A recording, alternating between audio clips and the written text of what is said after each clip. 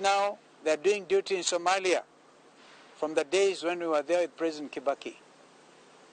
They should not be drawn into this local conflict. They are also our children. They all get affected. They all have pay slips, which are looking very thin. And therefore, we just wanted to reiterate that point. And finally, media. Media. The freedom of expression, the freedom of the press. Kenya Kwanza. We gather that the plan is they wait until 6:30, according to Kindiki, and then close down the country. This cannot happen, not in Kenya. This is a democracy, and a functioning democracy, where the will of the people must always prevail. And the majority have spoken. This is why we are saying Honorable Ruto should do the right thing, the honorable thing, resign before Sri Lanka happens here in Kenya. All right. Correct. Mheshimiwa Kioni. I associate myself with the comments that have been made by my colleagues, but add that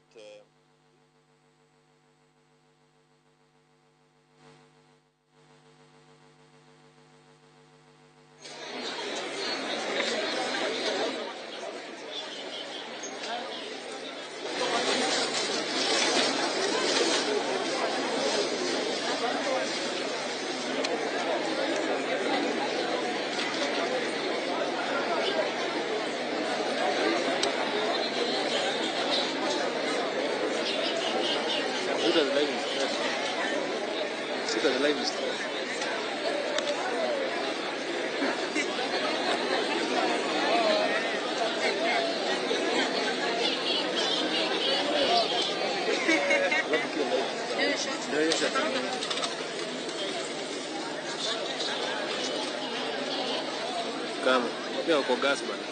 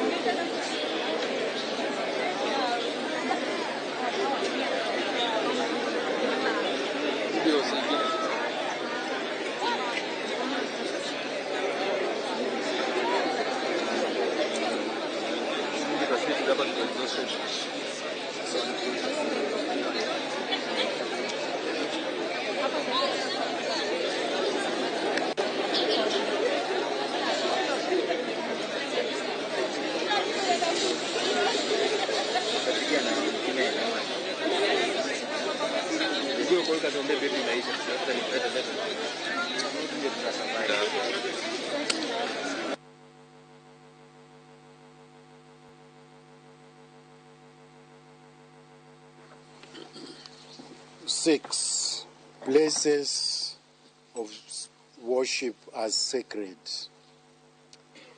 Remember, places of worship are not our own. We cannot pretend to take them as if they were ours. They are God's space, and therefore we can't use them for any other agenda but that which relates to God.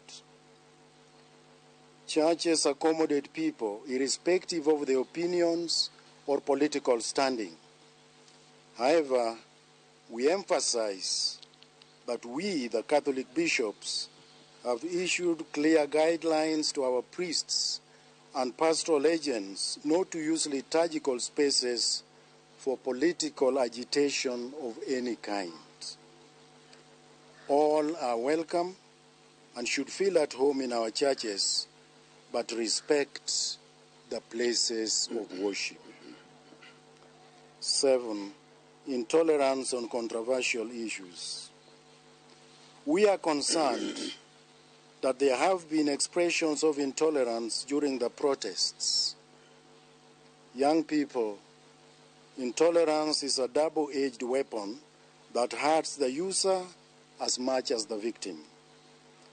When we use threats and mob shaming as our weapons towards people of different opinions, we permit them to do likewise.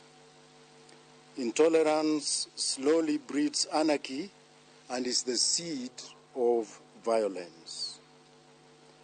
Do express yourselves without threatening the families, or the lives of those who don't think like you. No one should take the law into their hands. 8. Condolences and prayers to affected families during the protests. We also send our condolences to the families of those who have lost their lives during the protests. We also offer our sympathy and prayers to the policeman who lost his hands due to an accident with a tear gas canister. Life is sacred and should be protected by all means. We appeal to IPOA to bring the police to book for the lives lost needlessly.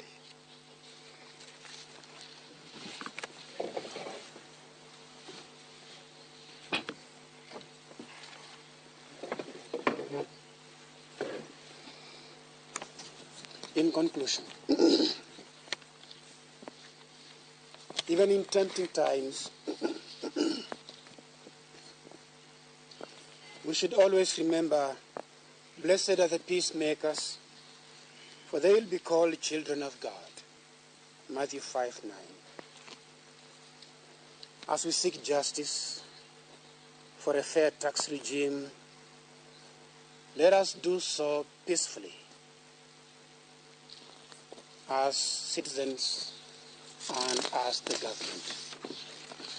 We believe the President has the means and the will to bring back sanity to our nation by not signing the finance bill into law for better participation, taking into account the voices of many Kenyans.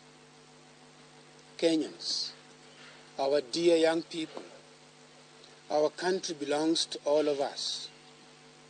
Your lives are important to us. We plead with you to remain peaceful